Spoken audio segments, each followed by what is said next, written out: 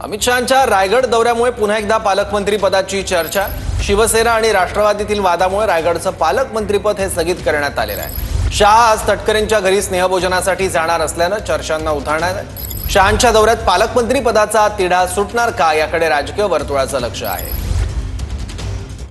एक असं आहे की हिंदवी स्वराज्य संस्थापक अवघ्या देशाचे मानबिंदू छत्रपती शिवरायांना अभिवादन करण्यासाठी देशाचे गृहमंत्री अमित शहा साहेब रायगड किल्ल्यावरती येत आहेत। एका ऐतिहासिक क्षणाचे साक्षीदार पण सर्वजण त्या ठिकाणी होतो आहे।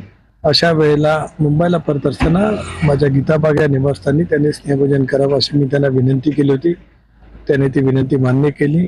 आपल्याकडे देशाचे नेते येतात त्यावेळेला राजकीय विषय त्या ठिकाणी अजिबात येऊ शकतच नाही। माझ्या मनात ती बिलकुल भावना आमंत्रित करताना सुद्धा नव्हती आणि आजही असंच काही कारण नाही, कारण दोन विषय भिन्न आहेत। महायुतीचे सर्व नेते या निमित्ताने स्नेहभोजनाच्या निमित्ताने यावेत। आदरणीय अमितभाईंचं आपण जे काही आदर करतो त्या स्वागताच्या निमित्ताने यावेत, ही एवढीच भावना आहे। तर पालकमंत्र्याविषयी आज असण्याचं काही कारण नाही। ज्या वेळेला येईल त्यावेळेला येईल, त्या संदर्भात काही आज म्हणजे राजकीय चर्चा